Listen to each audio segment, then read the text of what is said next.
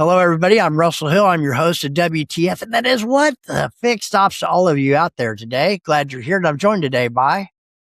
Hello, everyone. I'm Charity, your co host here, and we are joined today by David Anderson. David is the CEO and co founder of EvenFlow AI. David, welcome to the show. Yeah, thanks, Charity. Thanks, Russell. Excited to be here. Yeah. Yeah, welcome. Tell us a little bit about you and what you do. Okay. Yeah, great. So, as you mentioned, I'm CEO, founder of EvenFlow. I always like to say, preface it as like I'm not of the auto industry. I'm still a baby by everyone's standards here. Academic by training. I have a PhD in applied math.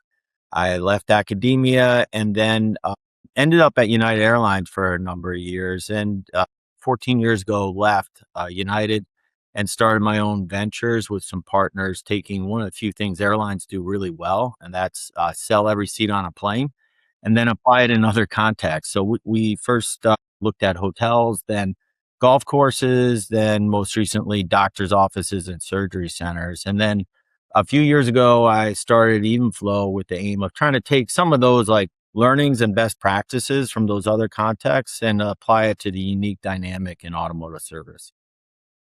When you say unique dynamic in automotive, boy, it is. You and I have had several conversations about Sure. that. Yeah. That's wonderful. Well, that's really interesting, David. How is automotive like filling the seat on an airplane or like a doctor's office or dental office?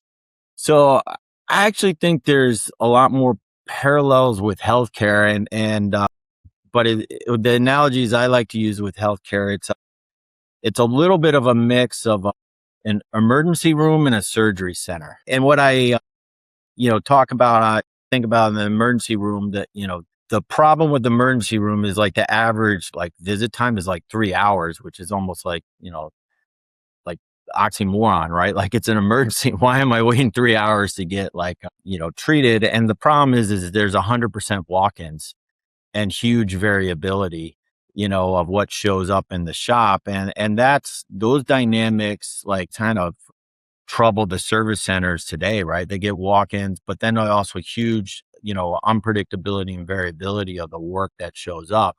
And then, on the other end of the extreme, like a surgery center, they're like a machine. They're like pit stop, like efficiency of getting these rooms ready for the next patient.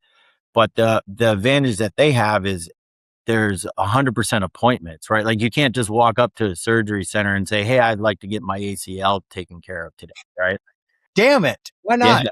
Yeah. And everything's known, right? There's no concept of a upsell, right? Like if I got my ACL surgery, like I'm not saying like, "Oh, doctor, like you're right. While I'm here, I might as well get my appendix out too," right? Like you're there for one reason, and it's known.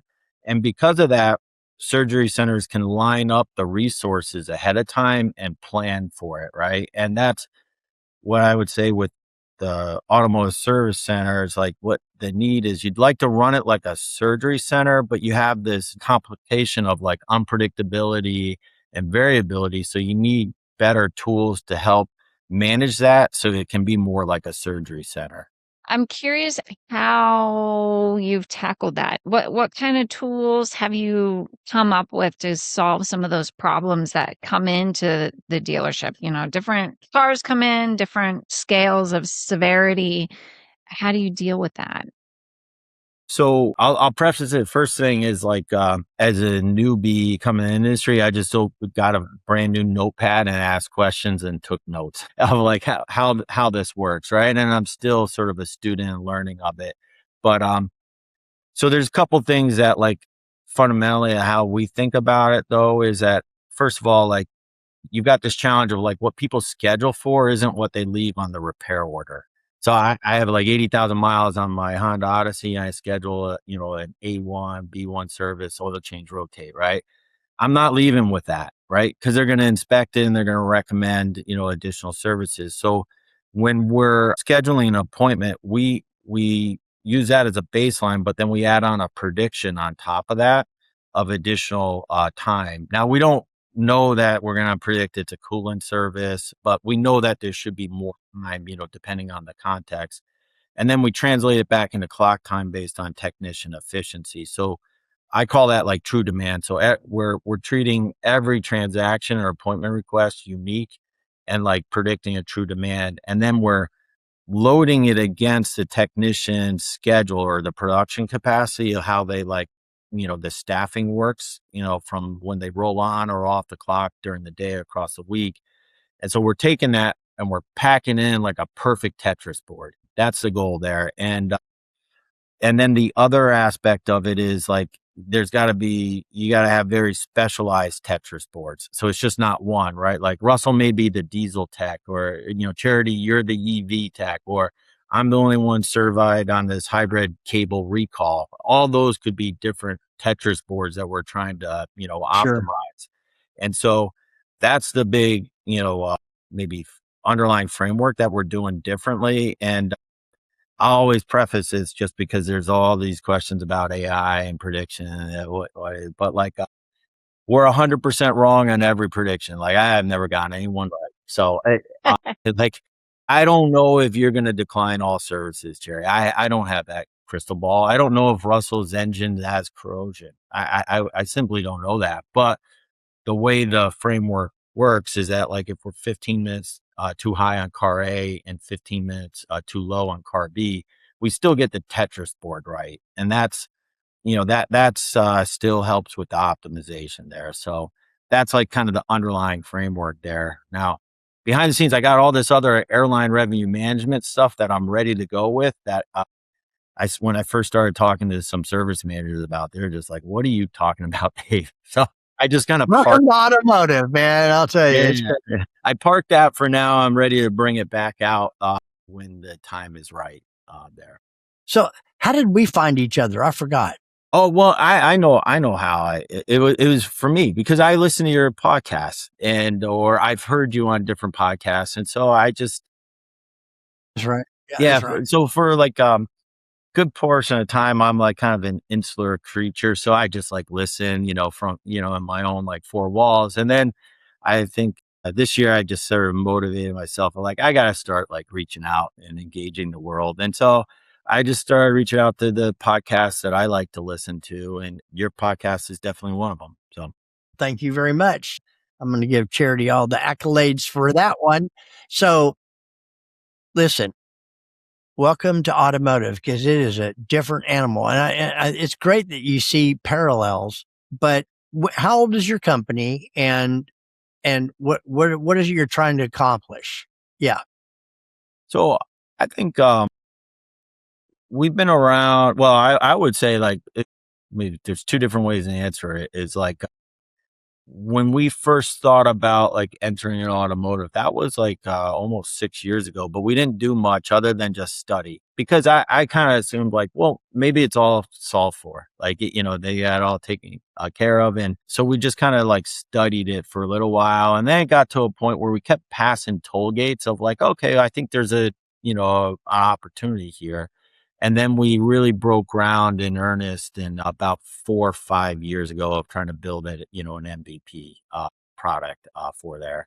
And I think at the heart of like what we're trying to do, Russell, I think we're really trying to maximize technician productivity.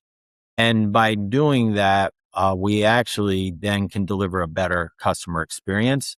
And then by doing that, we deliver a better employee experience. And all of this is like this virtual cycle, right? Like if you deliver one, it helps the other, and they just keep the snowball is growing in a good direction, not in a bad direction with all of this. So, Well, they certainly need some help with scheduling. That's for sure. There's so many moving components. Charity, go ahead. Yeah. So what made you come into automotive and say, you see a problem in a dealership and say, someone needs to fix this? so I'd like to say like this was some like grand strategic vision, Come on, make it up. No, I'm just kidding. yeah. No, like we were at a stage with the healthcare company where we're like, oh, we think we're gonna exit, and so this is this is how good of a prediction I can be. Like we were right that we exited, but we thought it was going to be 6 months, and it was like 3 years. So like I was a little bit off on that one, but we were like, a few of us were sitting around thinking like, well, what next? Because we knew there was different opportunities on this like resource optimization, throughout there. Like some people were asking us to do it for hair salons or financial advisors. And so I literally, it almost sounds cliche, but I had an oil change, at my dealership, and it took me like 3 hours. And, I was like, maybe there's something here, right? Like, I don't know if it should take 3 hours. And so that kind of spurred the thought. And even one of the first questions is like, well, if it is a problem and if we solve it, does it even matter? Right? Because there are some businesses where you could like 100% solve something for someone, and they're just like, that is just like the rounding error on the rounding error. So I don't really care, So that was like a first question, is like, does anyone even care if we solve this? Yes. Yeah. No doubt. Yeah. I came to that conclusion, Yeah. and I believe it. Yeah. It Yeah. helps. Yeah. There's so many variables, but that's one of them. The customer experience in 3 hours. And let me guess, during that 3 hours, how many times did they communicate with you about the time? Probably None. not. Yeah. None. Yeah. Yeah. It's just, wow. Well, you hit it, and here you are now. And Charity, go ahead. Yeah. Well, we hear a lot about the troubles that customers feel when they go into their dealership to get serviced and it takes forever, or even just getting an appointment takes forever. So that's definitely an ongoing issue that has not been solved. It And is. I know that you're all about AI, but before we get into I wanted to ask you, what's one thing that dealerships consistently misunderstand about their own service operations? Great question. Oh, that's a good question. Wow. Like, Well, there's many more to come. Trust me. She's done. yeah. I I think, the one thing that like is always like, maybe not misunderstand, but like it seems like an unsolvable problem of the front of the house versus the back of the house, right? So, they definitely, there's standard approach of counting cars, right? Like, I'll take 4 at 9, or another 4 at 9:30. It's very much from the mindset of like, well, how much can my advisors check in, and bring in the work? And I get it. Like, you don't want 32 cars showing up if you got 4 advisors. You're just creating, upset customers before they even get in the drive. But it's understanding that the mismatch in the staffing, and that if you solve the front of the house, you're actually like killing the performance of the back of the house, and that's how you make money. And so I think it's, understanding possibilities of how you can thread that needle. That's probably the biggest thing that I would say is, consistent across each dealer. So let me ask you this. You spent years studying predictive analytics, and what's a decision dealerships are still making with gut instinct that should probably be data driven? Gut versus real data. I'll say this with service, kind of continuing this, like the service managers who are using data, but they're not like as sophisticated, or they don't have the tools that they need. And so they'll say, what I call is like the law of averages. They'll say, hey, Dave, I got 100 hours of production capacity. Each RO is 2 hours. So I need 50 cars, right? And I'm good. I'm loading on my production capacity. The problem is there's huge variability. A car is not a car. So if you zoom out over 3 months, that's perfect. If you zoom in any given day, you're like, it's feast or famine. You might have loaded 125 hours and then the next day 75 hours, right?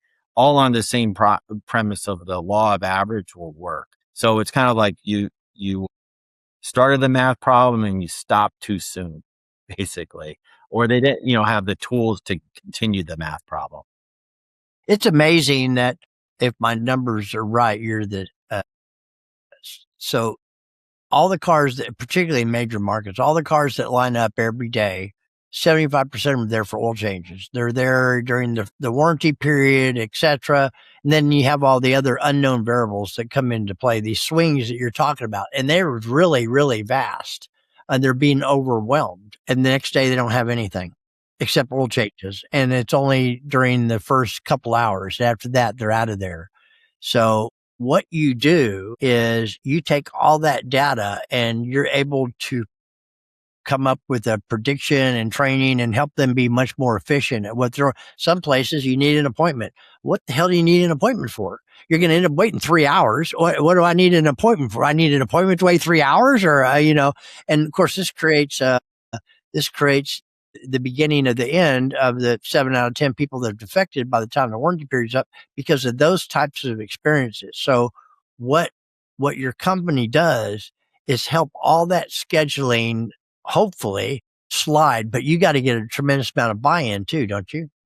Yeah, I always say it's we're 50% software and 50% people, because what we need is a service manager. We have to earn his or her trust that we're actually their tool, right? Like we're trying to bring their vision at, scale of math and automation and software and data. And that's a person to person interaction. Yes, With it. it is.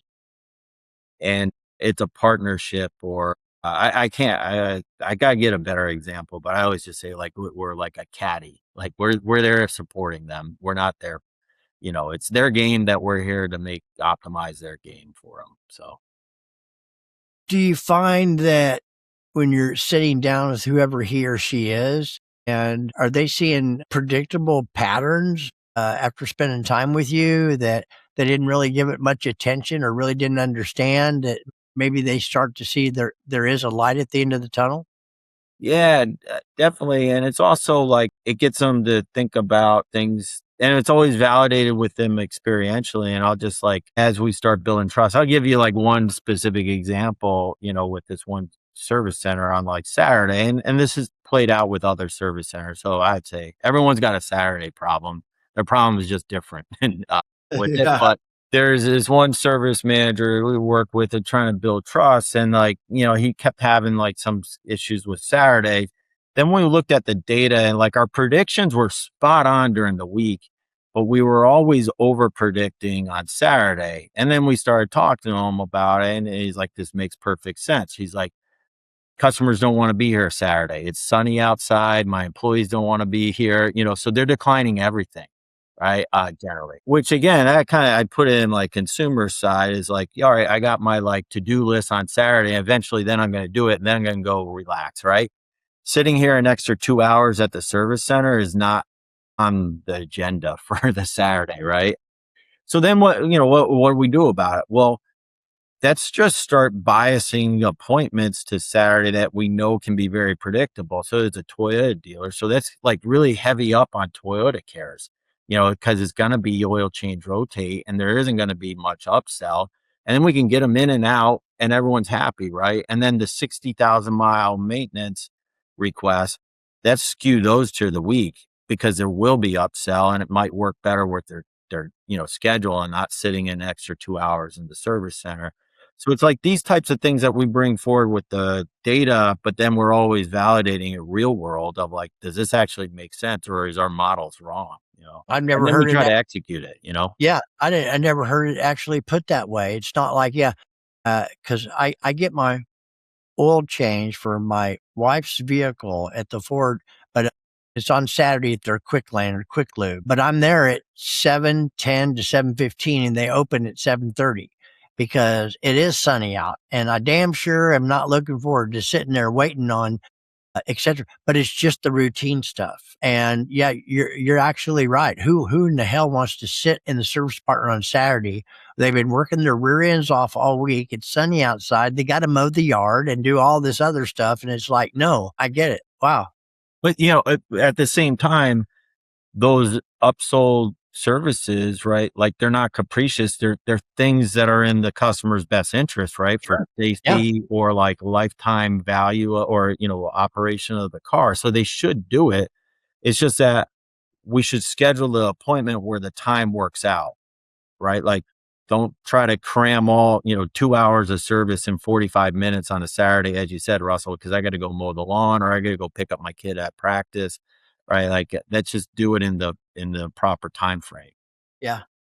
Yeah. So I'm And the sitting staff there. don't want to be there either. No, they don't. I'm Exactly. Yeah.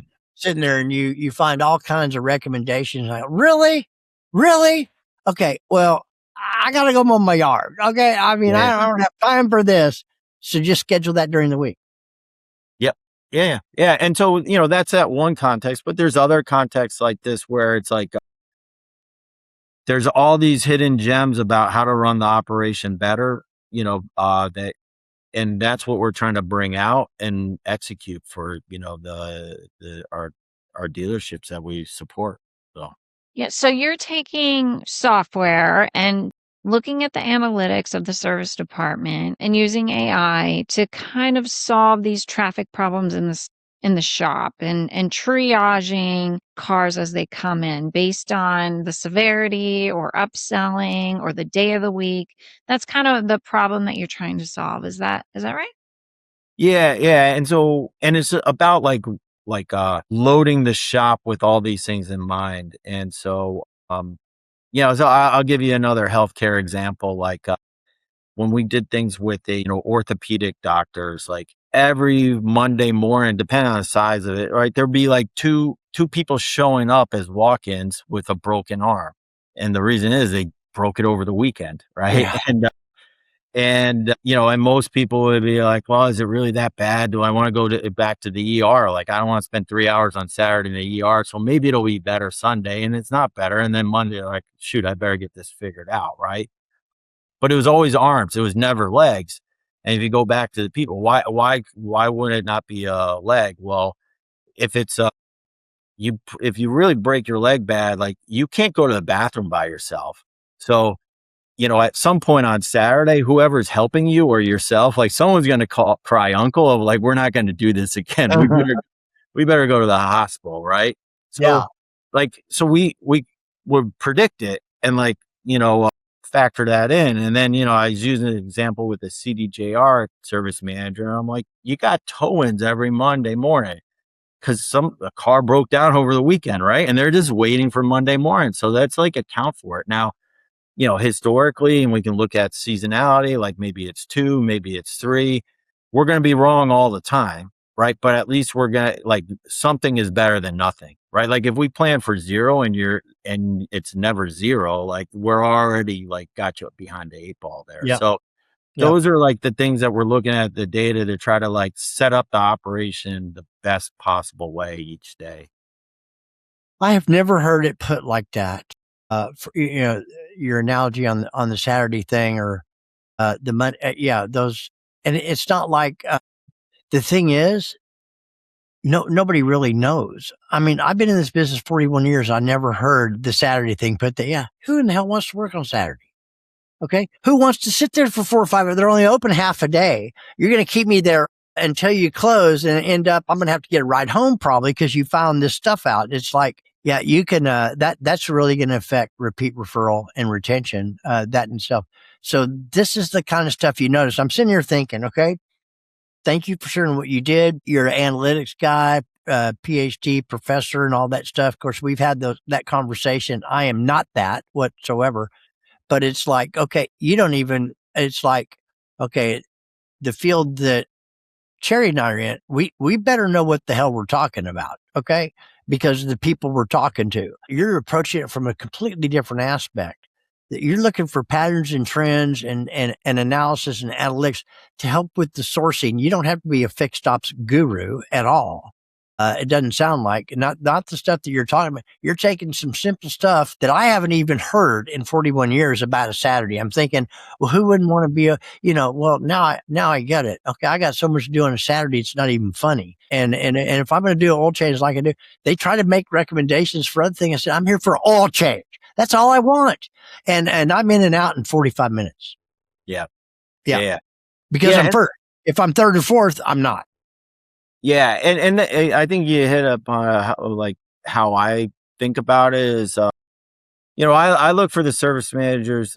You're the expert. You tell me how you want to run the shop, right? Like, if you could control the strings of every single appointment, and where you would sequence it, tell me that algorithm, and then I'm here to empower. I'll bring the math or the software to enable that vision, but I'm not here telling them like, hey, this is how you should do it because we did this in airlines and I know better.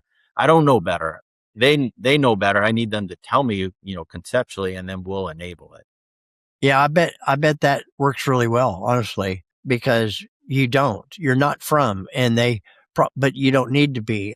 The problems you solved on that side of it bring a lot of validation and reinforcement to what you're trying to do. You're just trying to help them solve a problem, a challenge, and not only a challenge, it's every single dealership has. Yeah, yeah, and I agree with that. But this is the important thing that I got like schooled on this lesson probably in the first 10 dealers that I talked to, is that there's some commonalities, but everyone's got their own unique situation. And we need to account for that. Like we have to bend around the operation, not ask them to bend around our tool. Right. And I have to understand that like, Russell, you've got 10 technicians, you're a Honda dealership, and they all have like 10 years of experience. So you're going to run it a certain way. Cherry, you're a Honda dealership, but 10 technicians, 5 of them are straight out of school. So you would want to run it differently. And we have to understand that and then work with you to accommodate those nuances. So your stuff is that flexible. Yeah, yeah. But I'm, I always joke like I'm like, oh, I think we got it all, and then I curse myself, and literally the next meeting is like I don't have it all. Someone threw another thing at me, and then we're like, okay, we missed something that's building more flexibility for these use cases. So. Well, that makes you better because I don't know what it's like, honestly, in the airlines and stuff like that. But one thing in automotive, it's a moving target. It's changing almost daily. People's needs and wants are changing daily, etc. Charity. Let me ask you, David, what do you think is the biggest hidden source of lost revenue in service operations that leadership is not noticing? It's really it comes down to this bottlenecks. And so the way they load the cars with like from the front of the house or counting cars, when I ask a service manager I meet the first time, I just like, how's business? And more times than not, they just say like, oh, I'm just managing the daily chaos. And it's because of the bottlenecks in the morning. And the problem with that is when we look at the data and we see that is unit production goes down. What I mean by that is dollars per RO, revenue per RO goes down.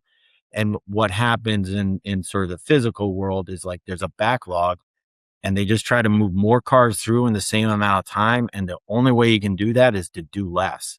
Right. And so it's hidden. Like you just say like, oh, Cherry, you came in and here's your 60,000 miles and we did an oil change rotate. That's all great. Like it got a good CSI score. But what didn't happen was the other services that you needed to have done, for safety or, extend the lifetime use of your vehicle. And if the team had time, they could have worked with you to explain the benefit of it. And then that oil change rotate then becomes oil change rotate plus more, right? And so it's this unseen like performance killer because they just say, oh yeah, a charity came in, check the box, right? But like it could have been a lot more if you just give the team time.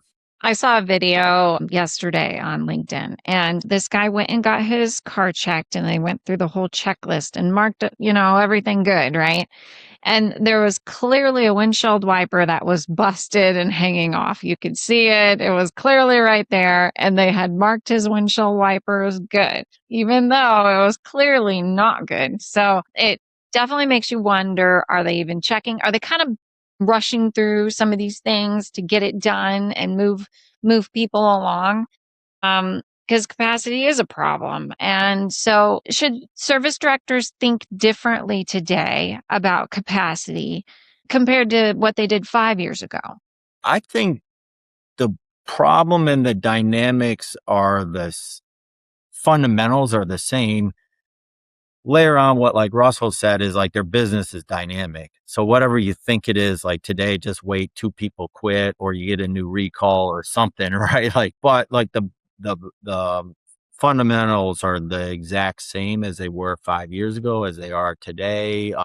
I guess 5 years ago, maybe in that weird COVID, like put that aside, but like Yeah. 8 years ago versus today, or even 2 years ago, or 2 years from now, the fundamentals are there. So you just have to approach the problem differently. And what I'm hoping is that we're providing a new solution of how they can, approach that problem in a more effective way. So, Excellent. Everybody's talking about AI right now. okay. Well, hang on. Everybody. Before you go to AI, Russell, can I ask one more question? Yeah, yeah. Well, of course you can. I just want to ask, what have you learned from other industries to solve this problem? So is it a matter of creating different funnels? So as cars come in, they get put in a certain funnel. This is a 30-minute issue. This is a 6-hour issue. This is an overnight, multiple day Great question. issue. Is it a matter of doing something like that? Or what have other industries taught you?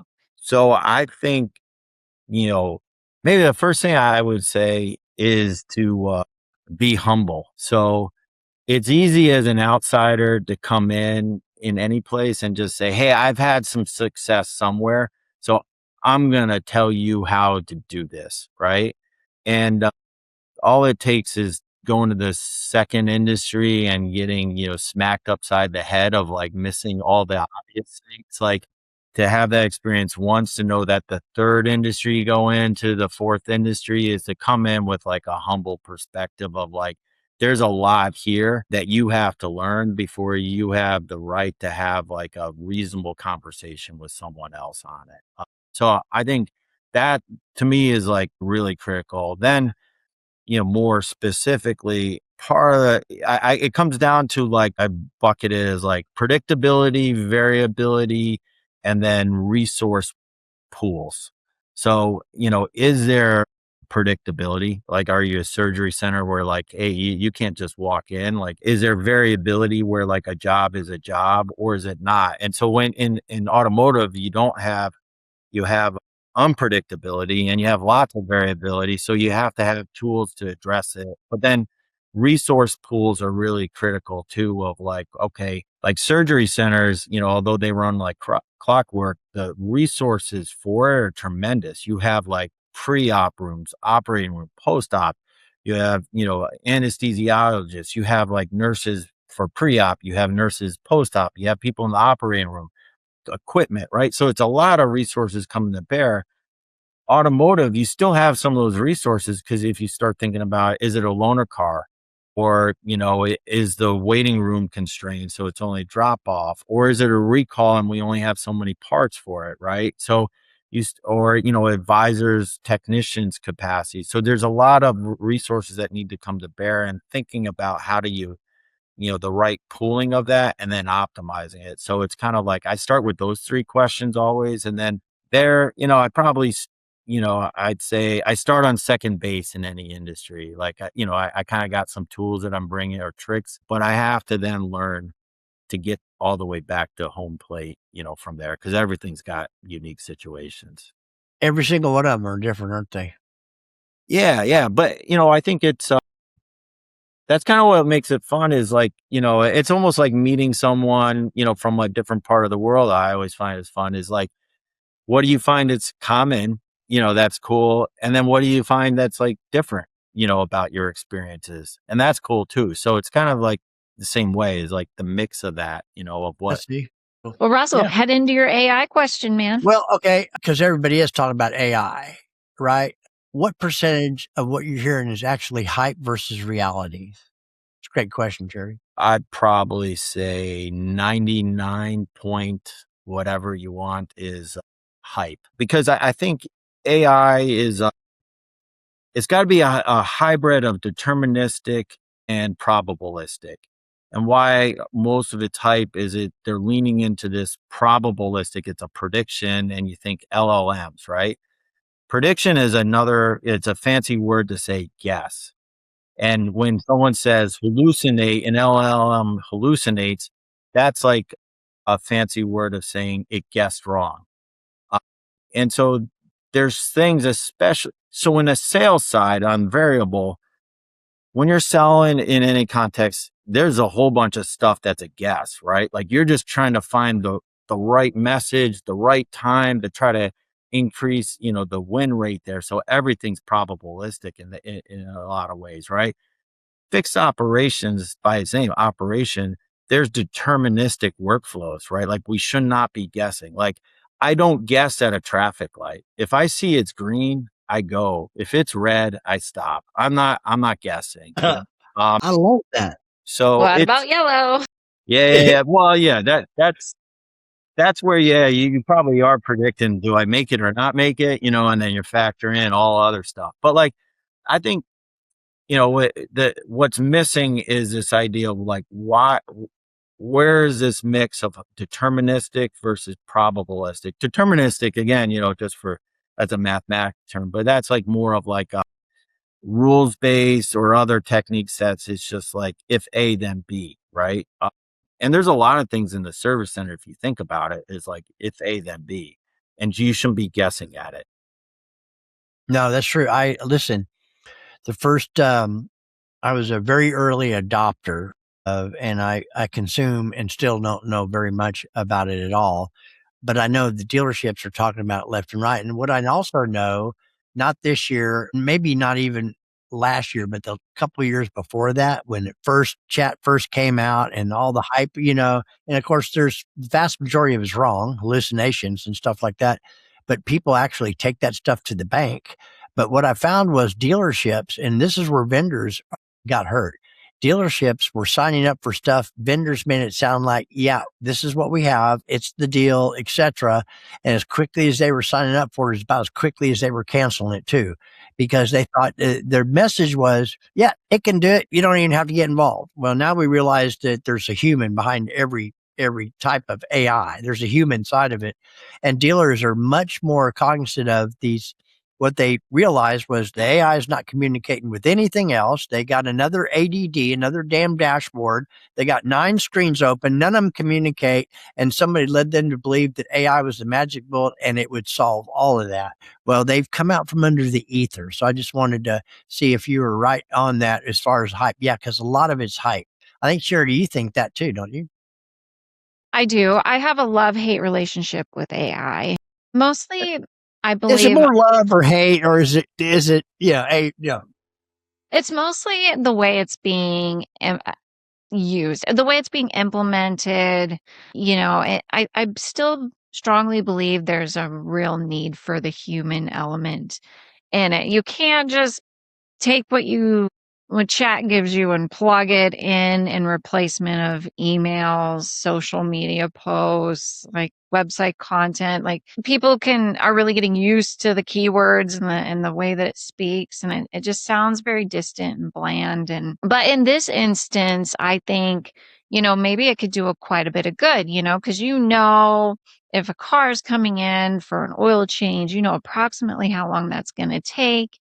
And if X, Y, or Z goes wrong, you can estimate how long that would extend the time that vehicle is going to be in the service department. And then it moves to a different funnel.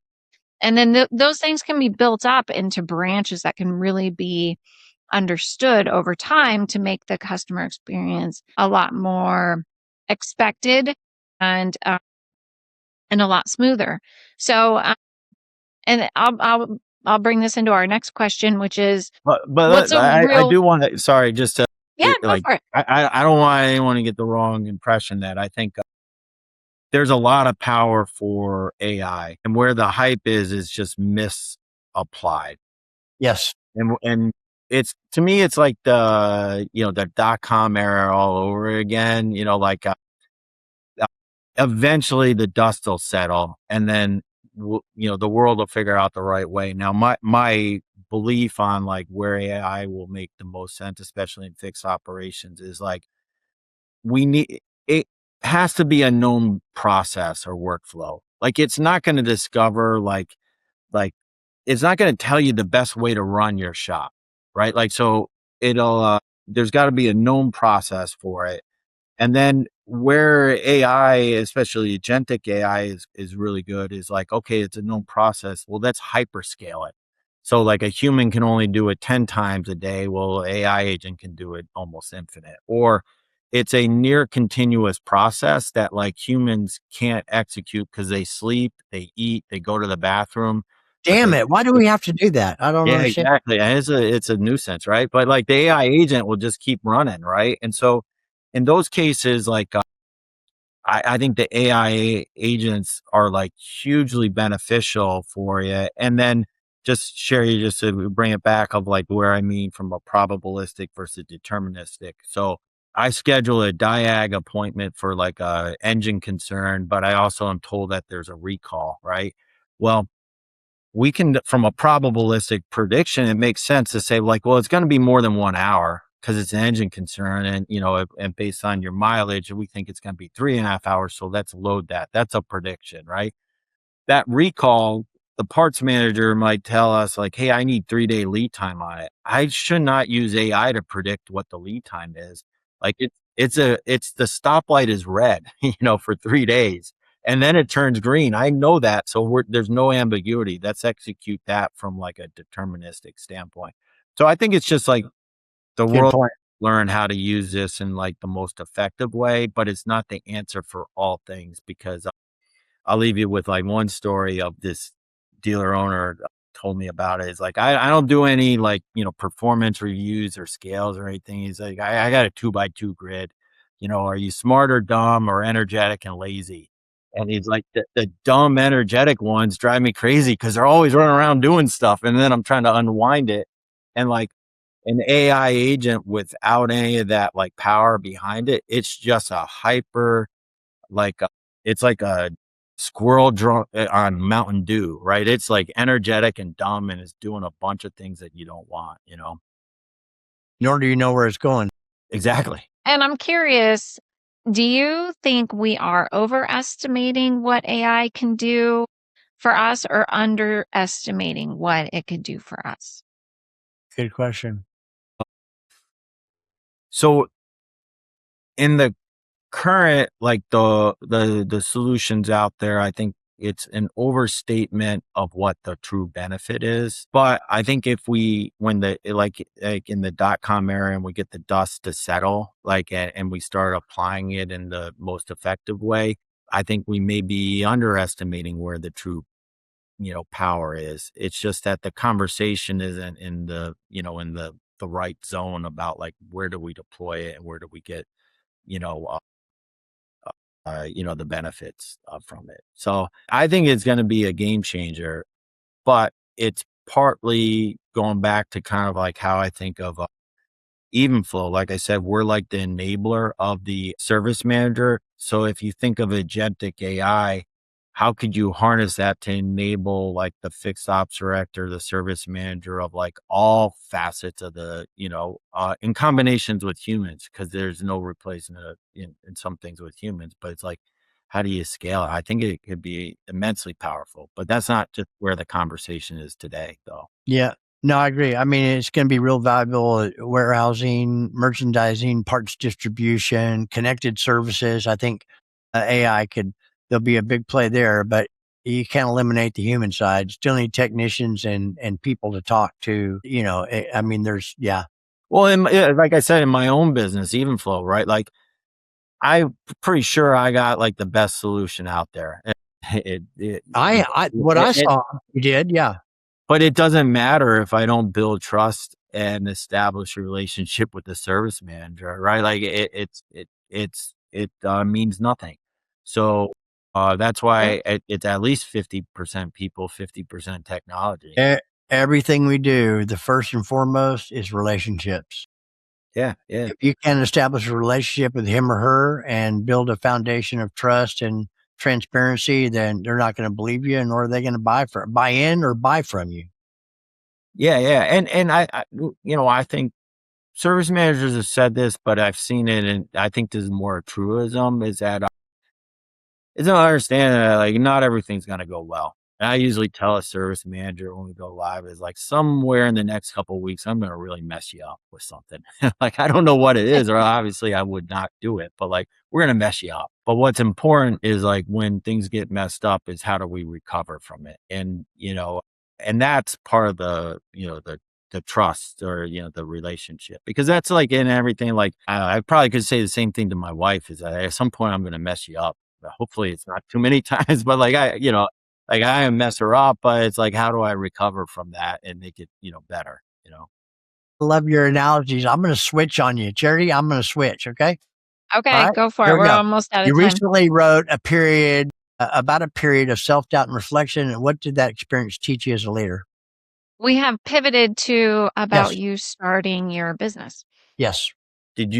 Russell, did you want to talk about like sort of the healthcare challenges that I had, You, or? whatever you feel comfortable sharing, the human side of Dave and how you and the things that are near and dear to your heart, because we all have those things. If you're open to share, fine. If you're not, that's okay too. No, I'm happy to, like, what, so I think one of the most transformative things that's happened in my life, and I would also say it's the best thing in sort of an odd way that's happened in my life, is I got diagnosed with cancer 3.5 years ago. And I'll also preface it like I'm happy to share about my experiences there, but I don't want any of your audience to feel like I'm ringing the bell. And I don't know if you know what that means, or maybe everyone in the audience, but in the infusion centers, a lot of them, when you finish your last treatment, you have an opportunity to like ring a bell to celebrate. And it's a really powerful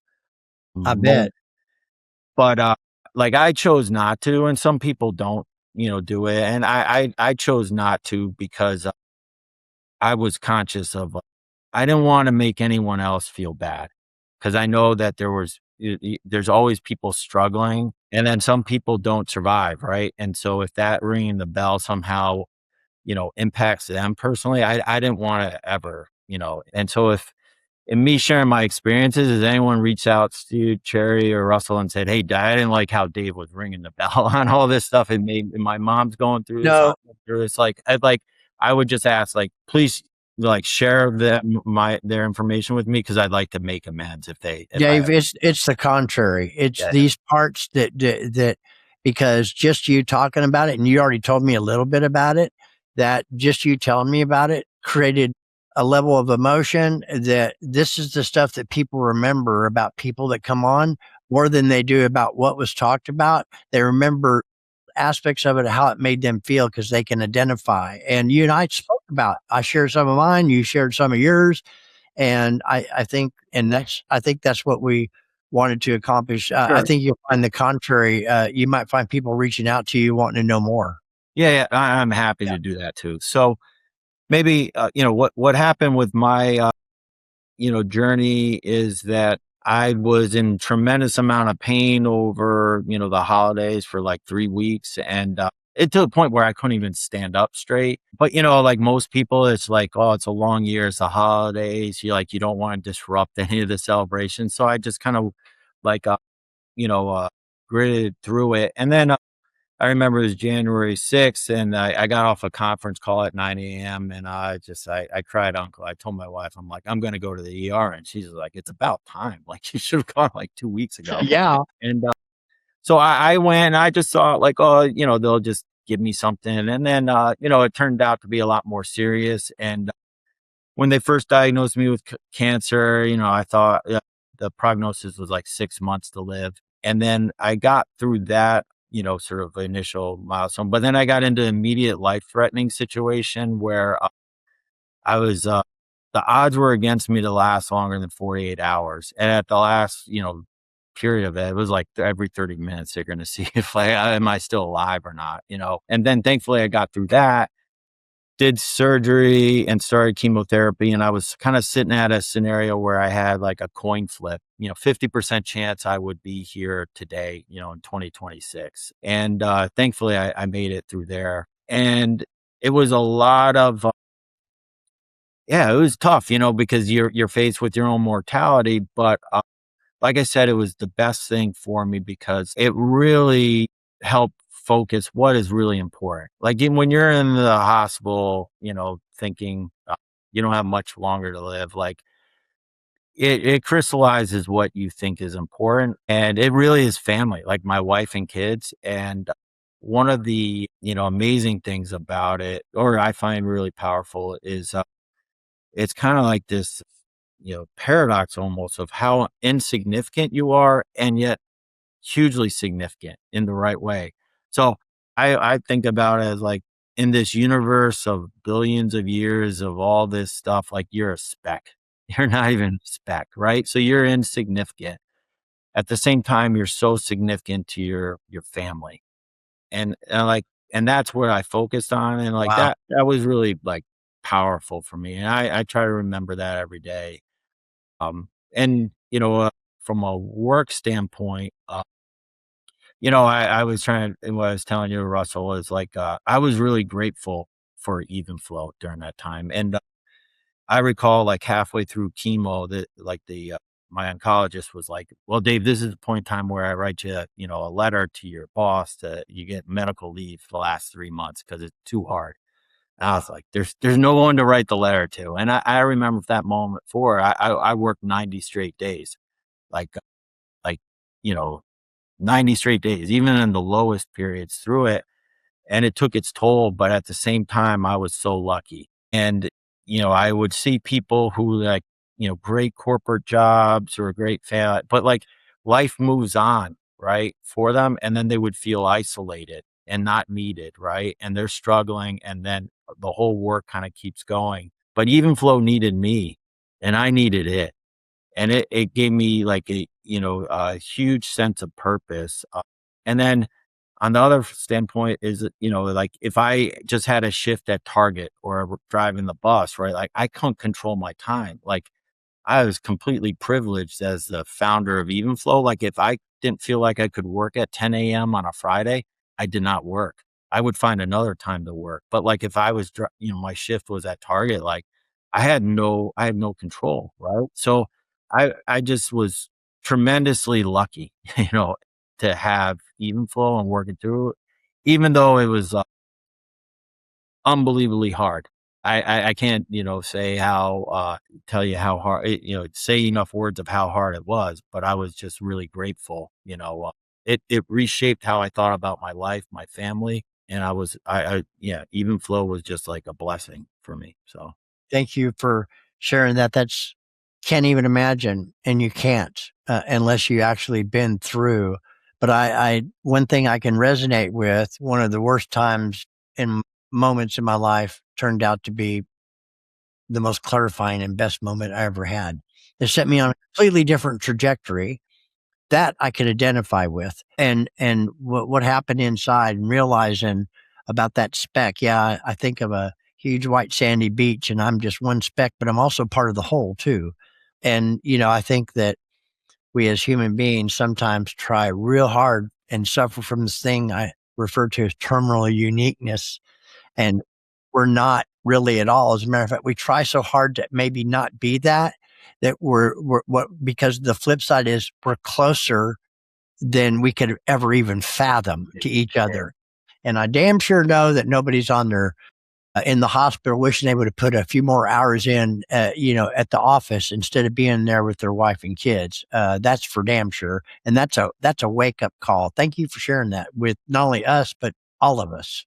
Yeah. yeah, yeah. No, I'm happy to, yeah, that I did. Yeah, I'm happy if any of my stories, help people or whatever, or they want to learn more, like I'm always happy to share and help how I can. So Well, I've learned recently the story is really important, Dave. yeah, Yeah. yeah, yeah, I agree. Um, Yeah. And thank you for sharing that. Yeah. And I wish we had another hour to go through your But we can't experience ask them though, starting can't up. we, Charity? We sure can. We can ask you to come back in the future I would because love it. we Love it. we have a Yeah. whole other set of We questions where got we so many can get questions out into. here. It's not even funny. Yeah. I No, always make I love it. more. Anytime. Thank you. Your analogies were great. For me, the best part of the whole show is what you just shared. The personal stuff. That's the stuff. Don't ever forget that. It took me a long time to realize it. I'm still realizing it every day. Those struggles, those trials, those tribulations, those are the people, where people stop and reflect on what's going on in my life. Because what it looks like on the outside, most of the time, is not really what's going on the inside.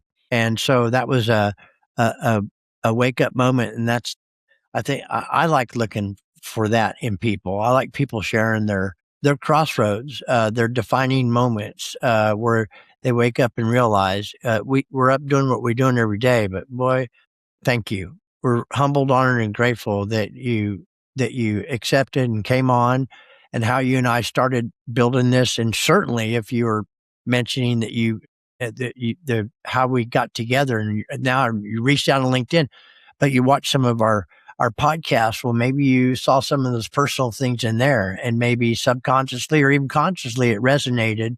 Anyway, it's not easy to share that stuff sometimes, and we're better for it that you came on today and did. And for all of you out there watching this, when this comes out, watch the whole thing, the shorts, like him, love him, share with him, engage with Dave and ask him some questions, personally or professionally, both. He's a wealth of information and great analogies too. I love the analogies, really great stuff.